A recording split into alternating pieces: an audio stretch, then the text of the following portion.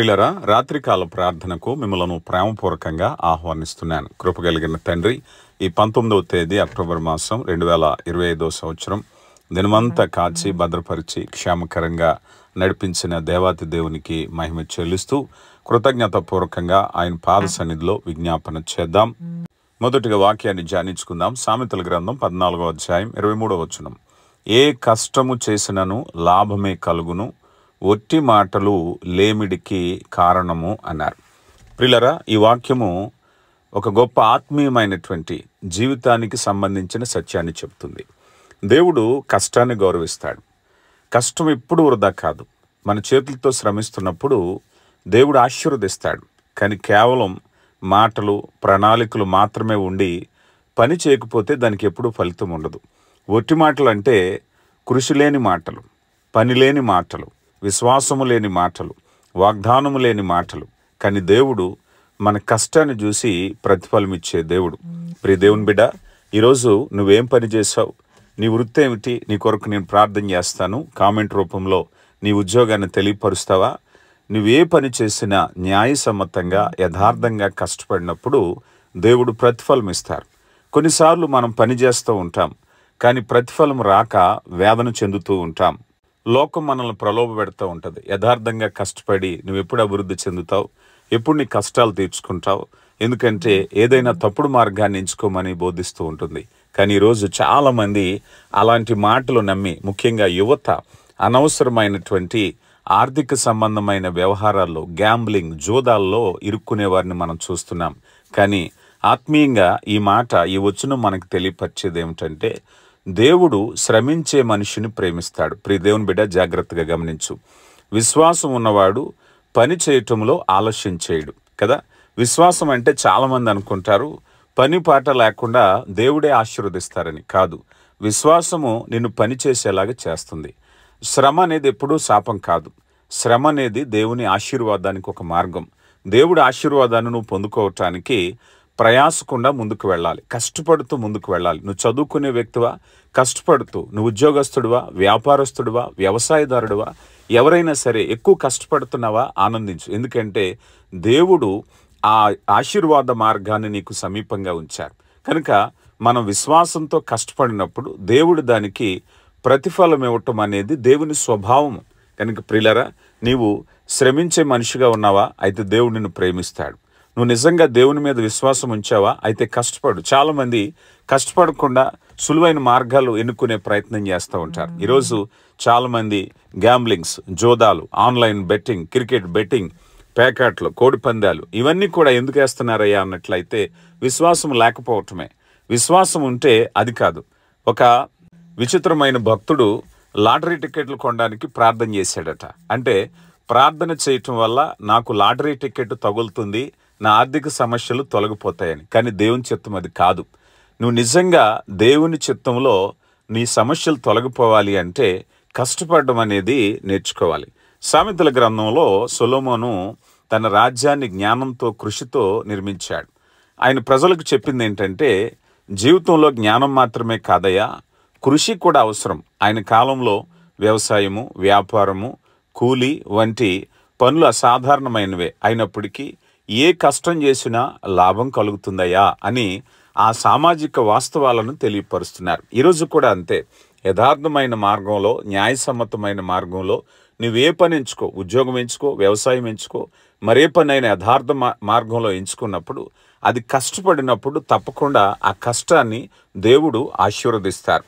దశలోనికి రాయబడిన 2వ పత్రిక 3వ అధ్యాయము 10వ వచనంలో, ఎవడైనను పని చేయనల్లని ఎడల వాడు భోజనము చేయకూడదని మీకు ఆజ్ఞాపించితిమి గదా అంటున్నారు. ప్రియులారా, పనిని గురించి దేవుని మాటలు ఎంత స్పష్టంగా ఉన్నాయో. ఈరోజు చాలామంది పని చేయకుండా భోజనం చేసేవాళ్ళని మనం చూస్తున్నాం. ఎవరైనా సరే, ఉద్యోగస్తుడా, వ్యాపారస్తుడా, ఒక విద్యార్థి, ఈ దినం నువ్వు కష్టపడి చదువు నేర్చుకుంటేనే భోజనం చెయ్యి. కీర్తన 128వ సంకీర్తన 2వ చరణంలో, నిశ్చయముగా నీవు నీ చేతుల కష్టార్జితము అనుభవించెదవు, నీవు ధన్యుడవు, నీకు మేలు కలుగును అన్నారు. ప్రియులారా, దేవుని ఆశీర్వాద స్వభావాన్ని అర్థం చేసుకోండి. దేవుడు ఎక్కడి నుంచో నీకు ఆశీర్వాదం తీసుకొస్తాననట్లేదు. నీ చేతుల కష్టార్జితము నీవు అనుభవించటమే ఆశీర్వాదం. అంటే మనం కష్టపడుతూ ఉంటాం, ఒక్కొక్కసారి అది మనకి దక్కకపోతూ ఉంటుంది. కానీ దేవుడు అంటున్నారు కదా, వేరెవరో కష్టార్జితాన్ని నీకు ఇస్తాను అనట్లేదు. నీ చేతుల కష్టార్జితాన్ని నువ్వు అనుభవించేలాగా దేవుడు ఆశీర్వదిస్తానంటున్నారు. ఆశీర్వాదపు స్వభావాన్ని అర్థం చేసుకున్నట్లయితే అప్పుడు మనం ఏం చేయాలి? కష్టపడాలి. దేవా, నా చేతుల కష్టార్జితాన్ని నాకు ఆశీర్వదిస్తానన్నావు కనుక నేను కష్టపడి పని చేస్తాను, కనుక కష్టపడాలి. సామెతల గ్రంథము 12వ అధ్యాయము 24వ వచనంలో, శ్రద్ధగా పని చేయవాడు ఏలుబడి చేయుదురు, సోమరులు వెట్టి పని చేయవలసి వచ్చును అన్నారు. నువ్వు ఎప్పుడైనా శ్రద్ధగా పని చేస్తే ఆ పనిలో జ్ఞానం వస్తుంది, ఆ పనిలో నిపుణత వస్తుంది. సాధారణంగా ఒక పనిలో ప్రమోషన్స్ కావాలి అంటే, నువ్వు ఆ పనిలో ఉత్తీర్ణత సాధించి ఉన్నత స్థితికి వెళ్ళాలి అని అంటే శ్రద్ధగా పనిచేయటం నేర్చుకోవాలి. శ్రద్ధగా పనిచేయటం నేర్చుకుంటే నీ పనిలో నిపుణత వస్తుంది, జ్ఞానం వస్తుంది, నేర్పు వస్తుంది, పేరు ప్రఖ్యాతులు వస్తాయి. తదనుగుణంగా నువ్వు ఉన్నతమైన పదవులు పొందుకుంటావు, రాబడి పెరుగుతుంది. అందుకని పనిలో శ్రద్ధ కలిగి పని చేయటం నేర్చుకోవాలి. ఆదికాండము 2వ అధ్యాయము 15వ వచనంలో, మరియు దేవుడైన యెహోవా నరుని తీసుకుని ఏదేను తోటను సేద్యపరచుటకు దాని కాచుటకు దానిలో ఉంచుము. అంటే దేవుని యొక్క స్వభావంలో మానవుడు ఎవరయ్యా అంటే సేద్యపరిచేవాడు, కష్టపడేవాడు. కష్టపడకుండా ఈరోజు చాలామంది యువత, చాలామంది ప్రజలు కష్టపడకుండా సులువైన మార్గాలు ఎంచుకుంటున్నారు. ఈ వచనం నీ హృదయంలో ఉండాలి. దేవుడు నన్ను కలగజేసినప్పుడు, అయా కష్టపడి జీవించటానికే నన్ను కలగచేశాడు, భూమిని సేద్యం చేయటానికే, అంటే కష్టంతో బ్రతకాలి కానీ సులువుగా బ్రతకాలని ఎప్పుడు అనుకోవద్దు. ఎందుకంటే దేవుని చిత్తానికి వ్యతిరేకమైనటువంటిది. అలా ఎప్పుడైతే కష్టపడుతున్నావో, ఒకవేళ వెంటనే నీకు ప్రతిఫలం రాలేదా? సమాజంలో నీతో చుట్టూ ఉన్నవాళ్ళు, మోసాలు చేసేవాళ్ళు, జోదం ఆడేవాళ్ళు బాగున్నారని నువ్వు అనుకుంటున్నావేమో, కానీ దేవుడు చెప్తున్నారు, నీ శ్రమ ఎప్పటికీ వృధా కాదు. దేవుడు నీ కృషిని లాభంగా మారుస్తారు. కొరింథీయులకు రాయబడిన మొదటి పత్రిక 15వ అధ్యాయము 58వ వచనంలో, కాగా నా ప్రియ సహోదరులారా, మీ ప్రయాసము ప్రభువునందు వ్యర్థము కాదని ఎరిగి స్థిరులను కదలని వారును ప్రభు కార్యాభివృద్ధి యందు ఎప్పటికీ ఆసక్తులయుండుడి. ఒకవేళ కష్టపడుతున్నా, నా కష్టం ఇలాగే ఉంటుంది, నా అప్పులు ఇలాగే ఉంటున్నాయి, నా సమస్యలు ఇలాగే ఉంటున్నాయని నువ్వు అనుకుంటున్నావేమో, కానీ దేవుడు చెప్తున్నారు, నీ శ్రమను నిరర్ధకం చేయడాయన, నీ శ్రమను ఆయన ఫలింపులోనికి నడిపిస్తారు. కనుక ఏ రోజు నువ్వు పని చేయటం ప్రారంభిస్తున్నావో దాన్ని చిన్నదిగా ఎప్పుడూ అనుకోవద్దు. దేవుడు నీ కష్టాన్ని చూసి నీకు ఆశీర్వాద ఫలాలు ఇస్తారు. ఒట్టి మాటలతో ఆగిపోవద్దు, ప్రణాళికలతో ఆగిపోవద్దు, ఆలోచనలతో ఆగిపోవద్దు, వాయిదాలతో ఆగిపోవద్దు. ఈరోజే పని చేయటం ప్రారంభించు. విశ్వాసంతో పనిచేయి. దేవుడు నిన్ను ఆశీర్వదించి బలపరచటానికి ఇష్టపడుతున్నారు. దేవుడు నీ శ్రమను ఫలింపులోనికి నడిపించునుగాక. ఆమెన్. ప్రియులారా, ప్రార్థించుకుందాం. కృపగలిగిన దేవ, సర్వోన్నతుడా, మహాగణుడా, ప్రేమ కలిగిన తండ్రి, మీ ఆశ్చర్యకరమైన ప్రేమను బట్టి వందనాలు అయ్యా. ఈ 19వ తేదీ అక్టోబర్ మాసం 2025వ సంవత్సరం ఆదివారం దినాన్ని బట్టి మహిమ చెల్లిస్తున్నాం. ఈ దినములో మీ కృపనిచ్చారు, దినమంతా మీ భద్రతను అనుగ్రహించారు. ముఖ్యంగా అయా, మిమ్మల్ని ఆత్మతో సత్యముతో ఆరాధించటానికి కృపనిచ్చారు. అయా, తలంపు వలన, క్రియ వలన, మాట వలన మీకు విరోధంగా పాపము, అపరాధము చేసినట్లయితే మన్నించండి, సరిదిద్దండి, ప్రేమ చేత నింపండి. ప్రేమ కలిగిన దేవ, మీ కృప వెంబడి కృపను దయచేయండి అయా. మరి సమయంలో విశ్వసించి ప్రార్థనలు ఏకీభవిస్తున్న ప్రతి బిడ్డను దర్శించండి నా తండ్రి. అయా, మారు మనసు రక్షణ లేని హృదయాలను కదిలించండి. మీ రాక సమీపమని ఎరిగి వారు మార్పు చెందటానికి, మీరు ఇస్తున్నటువంటి దీర్ఘశాంతాన్ని సద్వినియోగపరుచుకోవటానికి కృప దయచేయమని వేడుకుంటున్నాం. ప్రేమ కలిగిన దేవ, ఈ సమయంలో సమస్యల్లో ఉన్నవారు, ఇరుకుల్లో ఉన్నవారు, ఇబ్బందుల్లో ఉన్నవారు ప్రతి ఒక్కరి కొరకు ప్రార్థిస్తున్నాం. వ్యాధి బాధలు ఉన్న వారికి స్వస్థతను దయచేయండి. ఆసుపత్రి పాలైన వారికి విడుదల దయచేయండి అయ్యా. ఇదిగో నైనా, గాయపడిన గాయాలను కట్టండి, విరిగిన ఎముకలను అతికించండి. షుగర్లు, బీపీలు, కీళ్ళ నొప్పులు, గుండె సంబంధిత వ్యాధులు, నరాల బలహీనతలు, థైరాయిడ్ సమస్యలు, ప్రతి విధమైన రుగ్మత నుంచి విడుదల కలగచేయండి.